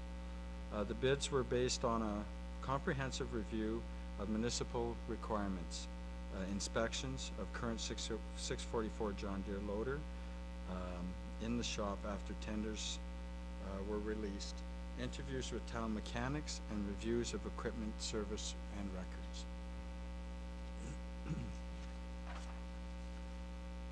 Options. Staff recommends that council accepts the bid for Nortrax as it is under the estimated budget, offers the highest trade in value for our current unit, which was $65,000, and the recommended unit meets all specifications for our municipal needs. Should council opt to keep the existing 644 loader, the minimum cost to refurbish it would be approximately $201,796.31 with a 1-year warranty. And then other departments consulted and affected is Roads Department and Waterworks Department. And that's all I have for the report. Councillor Adams? Yeah, looking at the tenders that were received, the other trade-in amounts were like 35,000. This one 65,000, so that's easy to give to Nortrax. We do need the loader. I see it at the mine sometimes. You take a Frankenstein piece of equipment, rebuild it, and it's just in the same spot as it is a year later. So to have a new piece of equipment and have the warranty and be able to provide quality snow removal, this is the right decision to go with Nortrax. Thank you. Councillor Ivanov? Yeah, I agree with Patrick. I think it's time that you guys got a new loader and that we took that old one off the and sent it to where it belongs. I don't know, Don, if you know, but how many years is that the new loader financed over? I believe it was, Sherry, I think it was 5. Well, okay, I was going to say 4 or 5 years. yeah, I was going to say 4. Okay. Councillor White? So there is just a slight difference in cost. It's a savings of about $1,201.10. Are we able to allocate that to the new reserve, the life cycle replacement fund, as we had already budgeted it for a life cycle item? Can we also add that in now at the end of the year, or? It would be done at the end of the year by council resolution. Okay. Councillor Owen? I guess my concern with that is it might disappear between now and the end of the year. If it's, I'm not suggesting anything wrong, but I mean, as money needs to be spent during the year, and that's in their department budget, you know, it might be used for something else. Is there no way that we can't allocate that now? it cannot be used for something else. It would have Okay. to come back to council to be reallocated. I would recommend that you don't worry about that right now, because he could come through the door and the price of gas goes up 35 cents and there's a change maybe on a delivery. Let's get through the year, and at the end of the year, it's council's discretion to put it into that, to put it towards the reserves. If there is something that comes up before that, we will certainly let you know Okay. and ask your permission. Okay, so I have your assurance that that 1,200 and whatever, $20. Yeah, I didn't do exact figures. I'm not good at math. Yeah, Will not be used without council's we consent. cannot. Okay, thank you. Any further questions? That'll be coming back as a bylaw. Thank you, Don. Thank you. Have a good evening.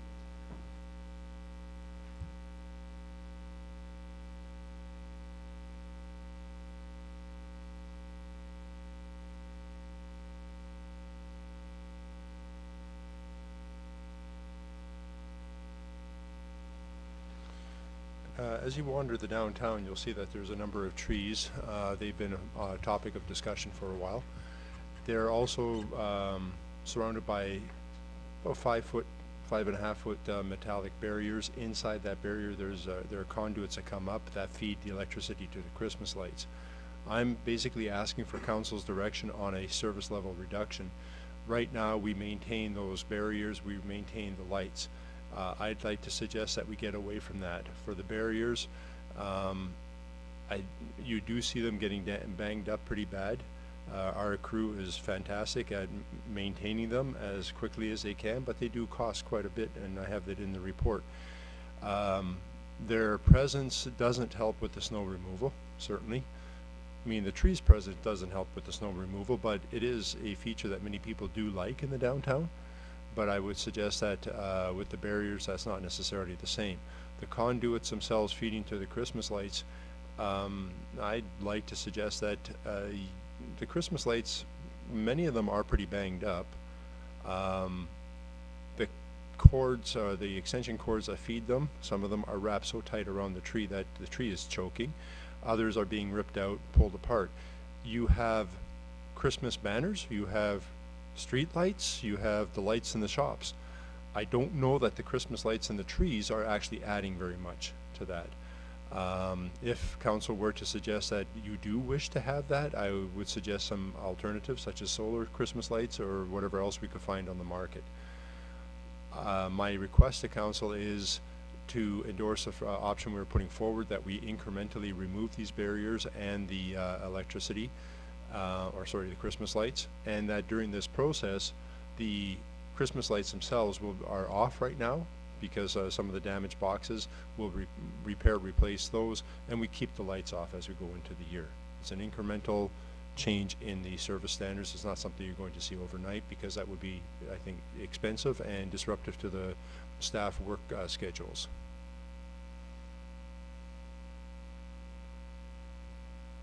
Councillor Adams?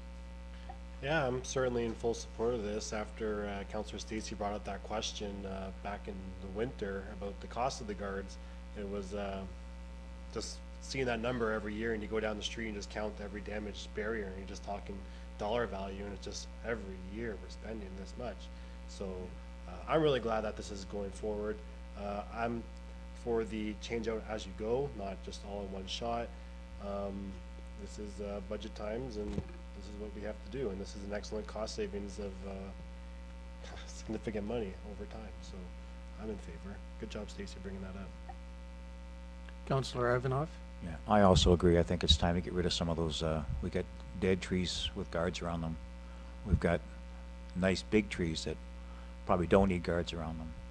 And I think we should, as the trees die off, we should get rid of our trees downtown, and we have lots of parkland apparently, that we right now anyway. So I think we have plenty of trees downtown without putting in more money and wasting it on trees and lights.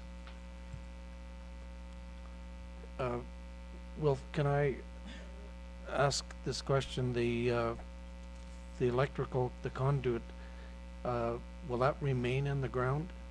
The reason why I ask is, and I think it's by 2025, under the Accessibilities Act, we're going to have to provide voice activated lights for walking across the street. Would that be of any use? I'm not an electrical contractor, obviously, but I'm just wondering if yanking them out and they may have to be redone. No, those particular conduits wouldn't be of any assistance unless you're a Okay. very short person.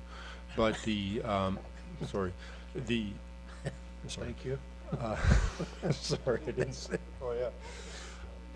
No, the accessibility, it is in force now, but it must be done if you are replacing or repairing the current infrastructure, and that would be tied in to the electricity on the poles, not on the conduits. Okay. Those conduits can be disconnected and still remain in place, but they're inactive. They can't be a risk to anybody. One of the cases, like as I said in the report, is the cages are there to protect people from the conduits, and the conduits from the people. Well, if you're not going to use them, then begin moving away from them. Thank you.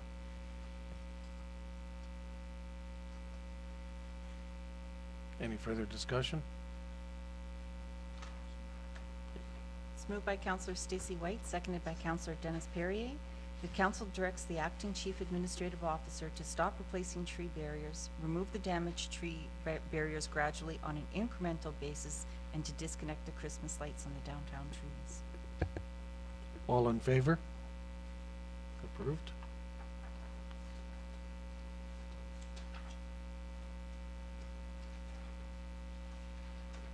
Ashley Bilodeau. Oh, hold on, sorry, one plus one more Oh. presentation. Oh, sorry about that, yeah. The Bailey Bridge. Right. Running from memory. About 50 years ago, there was a Bailey Bridge installed at the end of Culver Park. It connected the park across the Blanche River to the ski trails that were in the located behind there. The ski trails have long since become inactive. The bridge has continued to deteriorate. It has remained in place mainly because we haven't budgeted to take it out, and there was always a hope, especially among some in, I think, Swastika, that the trails could be reactivated and that could be something that could be used. It hasn't worked out that way.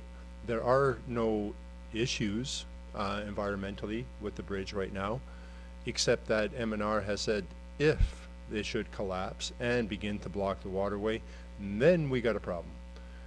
We are concerned that as it continues to deteriorate, people have been ripping up the planking and whatever, it becomes a health and safety issue as well. We did release a tender to see what kind of prices would be out there if we had to dismember that bridge. The prices came in high, and it's not something that we were prepared for. We would like, we still realize that we have to get rid of it. We'd like to declare it surplus, and we are working on other alternatives to have it removed. We would like to have that done this year.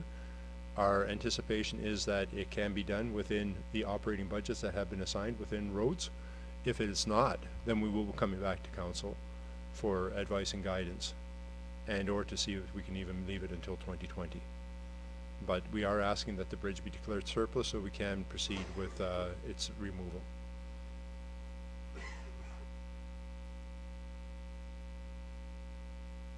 That certainly makes sense. Is that coming again?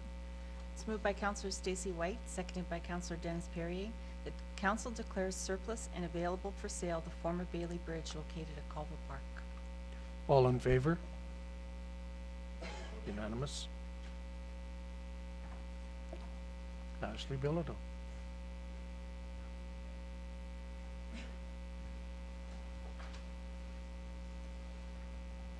Okay, my first item that I would like to present today is the declaration of surplus land for Government Road West. I'm not sure what ended up happening with this one. Me and Joanne had taken a look at previous communications from council, resolutions from council, but we're unfortunately unable to find a resolution that actually declared for Government Road West as surplus land. It is on our surplus land list, so it must have happened at some point. But just to be sure that we're crossing our T's and dotting our I's, we are coming back to proceed with this resolution prior to presenting a bylaw for you to consider at the next council meeting for selling for Government Road. Questions?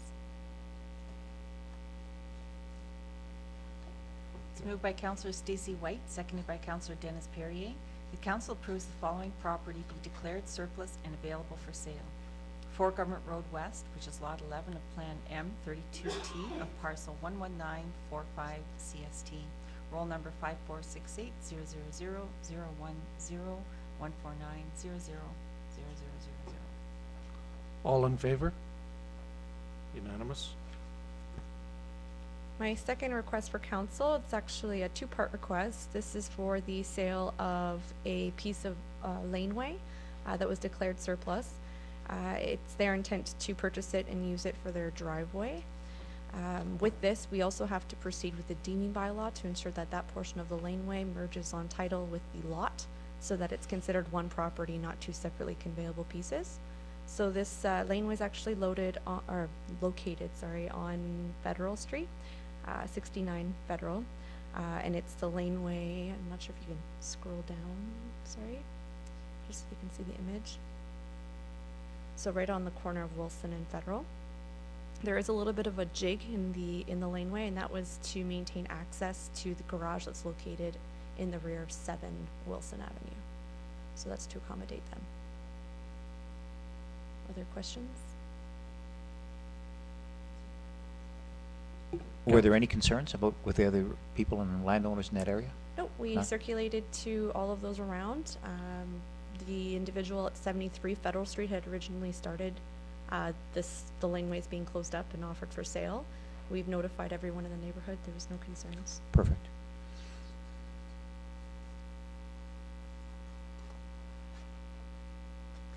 Any other comments, questions? That's coming back as a bylaw.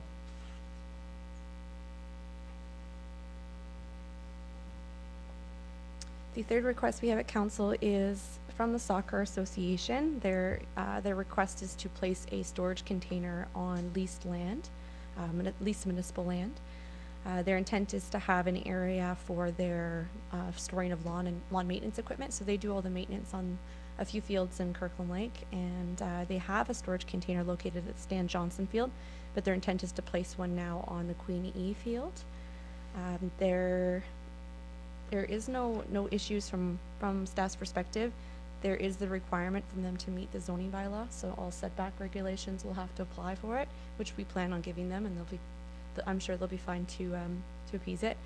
There is no building permit required, and we have put in the request for the new certificate of insurance, naming the town as additional insured, so there should not be anything outstanding at this point.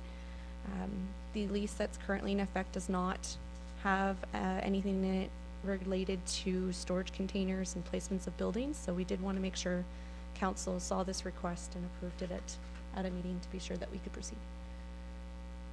Question: why is this one coming to council as opposed to the one that came to Committee of Adjustments first?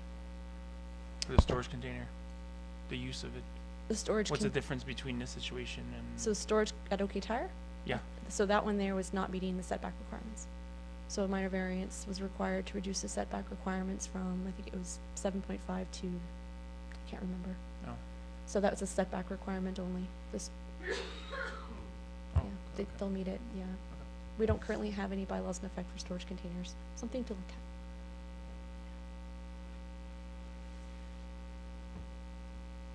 Is that coming back or no? It's moved by Councillor Stacy White, seconded by Councillor Dennis Perrier. The council approves the request from Kirkland Lake Soccer to place a temporary storage building adjacent to Queen Elizabeth Soccer Field to store lawn maintenance equipment. All in favor? Unanimous.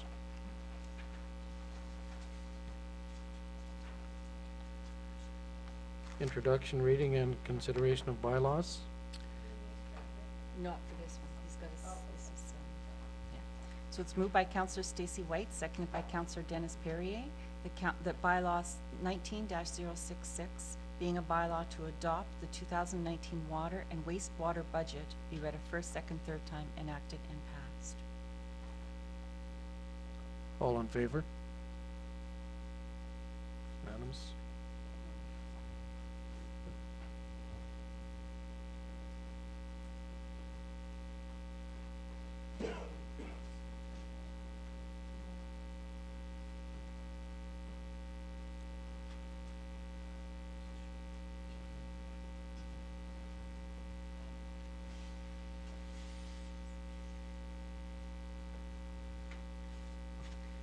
It's moved by Counselor Stacy White, seconded by Counselor Dennis Perrier, that bylaw, moved by, Counselor Rick Owen, seconded by Counselor Casey Owen, that bylaw 19-067. I had it right the first time. Being a bylaw to set the 2019 water and wastewater rates, be read a first, second, and third time, enacted and passed. So that was the budget was the first one. This one is the rates. All in favor? Passed. It's moved by Counselor Rick Owens, seconded by Counselor Casey Owens, that bylaw 19-068, being a bylaw to adopt the 2019 operating and capital budgets, be read a first, second, and third time, enacted and passed. Comments? Counselor Owen? Yeah, unfortunately, I haven't discovered the magical power that allows me to be in two places at the same time. Otherwise, I would have brought this up at our last budget meeting. The proposal I'm suggesting does not change any of the figures, so we won't have to have another meeting. It's, what I'm proposing is that I believe the purchase of a sign for the complex is a discretionary expense that we don't need to make this year. Also, I do not think we should be purchasing a sign for the complex when there is confusion over what the legal name of that facility is. Joanne's done a search and she has not found to date a bylaw that changed the name of the complex from the Kirkland Lake Community Complex to the Joe Mabernack Community Complex. And without a bylaw, then that's still the Kirkland Lake Community Complex. So I don't, and the other suggestion I'm going to make right now is that the new parking lot downtown where the Woolworths building was located. When that first came to council, I was in agreement with leaving some money in there for signage to show people where to park. I've kept a pretty close eye on that parking lot all summer. I have not, I'm pleased to report 0 incidents of road rage. People seem to be able to figure out where to park there without a sign. It's pretty straightforward. We do have the planter and the 2 benches in place as a barrier. So what I'm suggesting is we take that $4,000 and the other $6,000 and change and reallocate it to our end-of-life reserve fund rather than spend it on discretionary things this year. By doing that, it doesn't change any figures, so we don't need to have another meeting.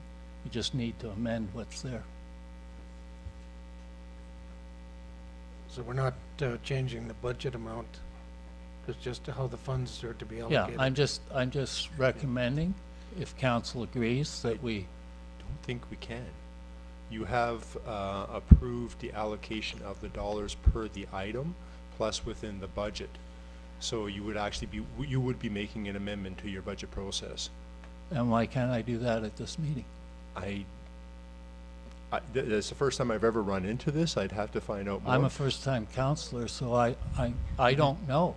But Another way, though, that you could do it is what we had discussed just previously. If that is council's direction, and perhaps we just don't spend that money then, and at the end of the year, it goes into, for allocation as you need it. Okay, I'm just throwing it out there. I don't know all the legal do's and don'ts. So I'm throwing it out, and like I say, had I been able to attend the other meeting, I would have suggested withdrawing it from the budget completely. My proposal today was hopefully so we could do it without changing the budget. No refiguring, no extra work. That would be ideal, but I don't If it's not believe legal, that's possible. if it's not legal, I won't do it because I wouldn't want to break the law. But you're directing me to do it? No, thank you. Well, that's why we pay you the big bucks. To stay out of jail? Anyways, Learned that in grade 13. maybe Joanne, you can bring this back at our next meeting and we can discuss. And if council agrees, Wilf could instruct staff not to spend that money until we've relooked at the matter. I would also suggest that we take a look and bring back for council's discussion what the naming is and settle that, and then you have that money already allocated. You just do what you wish to do with it then, to spend it on a sign. So let's have the discussion on the proper naming perhaps. You have enough time. Putting up a sign is not going to take us very long. We could bring that back to you, I like to think on August 13th. And perhaps with a naming policy, well, we have the naming policy, but we can refresh that as well with you. And then we could discuss what sign, what type of sign we want, what we can afford within our budget. It may not be what is previously being proposed.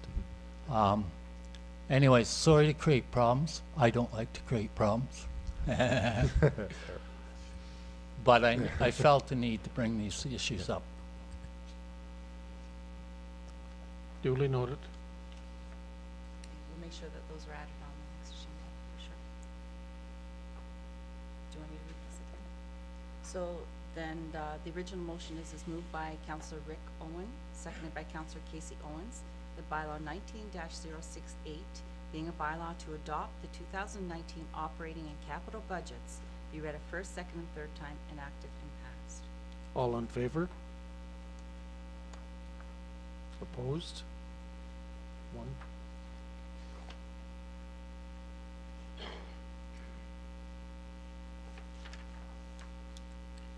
It's moved by Councillor Rick Owens, seconded by Councillor Casey Owens, that bylaw 19-069, being a bylaw to set tax ratios for 2019, be read a first, second, and third time, enacted and passed.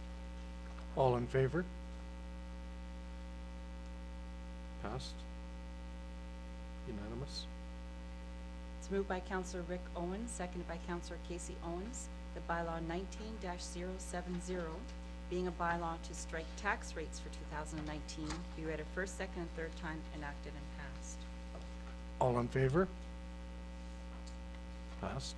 Unanimous. It's moved by Councillor Rick Owens, seconded by Councillor Casey Owens, that bylaw 19-071, being a bylaw to establish a reserve fund for the purpose of maintenance and upkeep for Kinross Trails and Park in memory of past Mayor Bill Enoy, be read a first, second, and third time, enacted and passed. Any discussion? Councillor Ivanov. I just want to make sure that money's, it's donated money, right, going into that fund? Yes, donated Okay, money. because I know there was something on Facebook talking about how our taxpayer dollars were going to a fund that was going to be there to, anyway. No, there It's are just a for group of donations. people- I know that it doesn't say that on the bylaw. I just want to make sure that's what it is. Thank you. All in favor? Unanimous.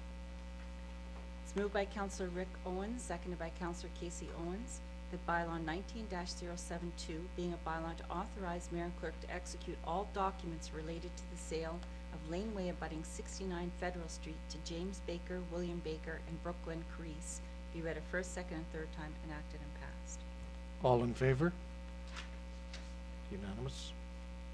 Moved by Councillor Rick Owens, seconded by Councillor Casey Owens, that bylaw 19-073, being a bylaw to deem land at 69 Federal Street with the abutting laneway, be read a first, second, and third time, enacted and passed. All in favor? Passed. Unanimous.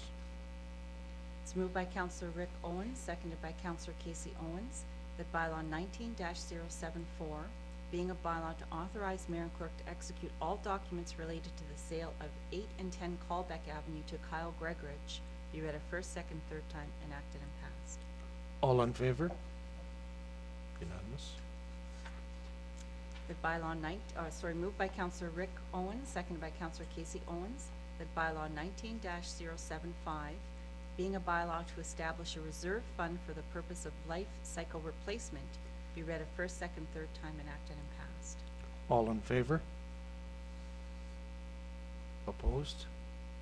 One.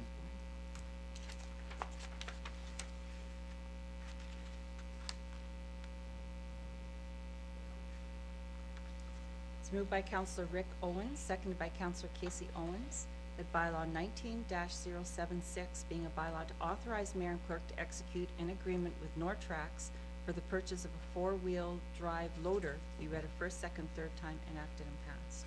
All in favor? Unanimous.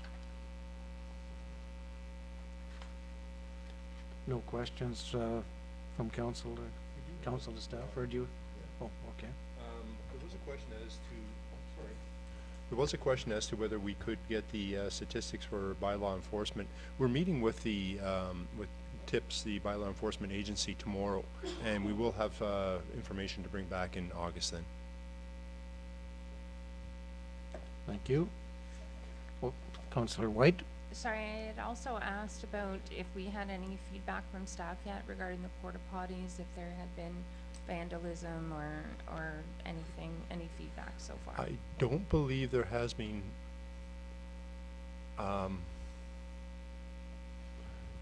it hasn't been the best experience in some ways. There has been a mess, and we do react to it as quickly as we can, but sometimes you only find out a little bit later.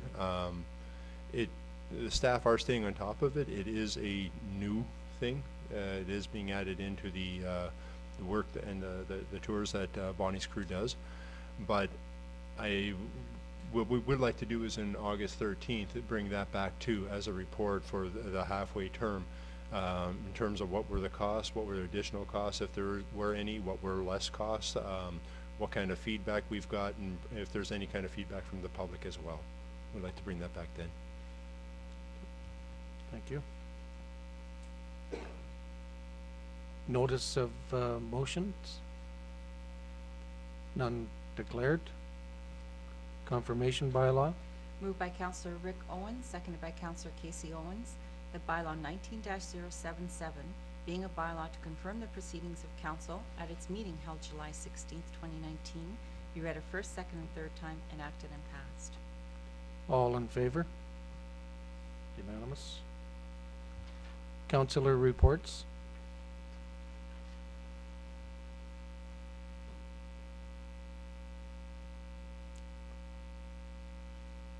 Nothing to report.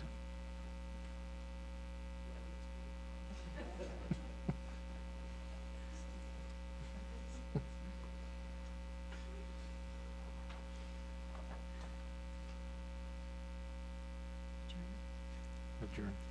Moved by Councillor Rick Owens, seconded by Councillor Casey Owens.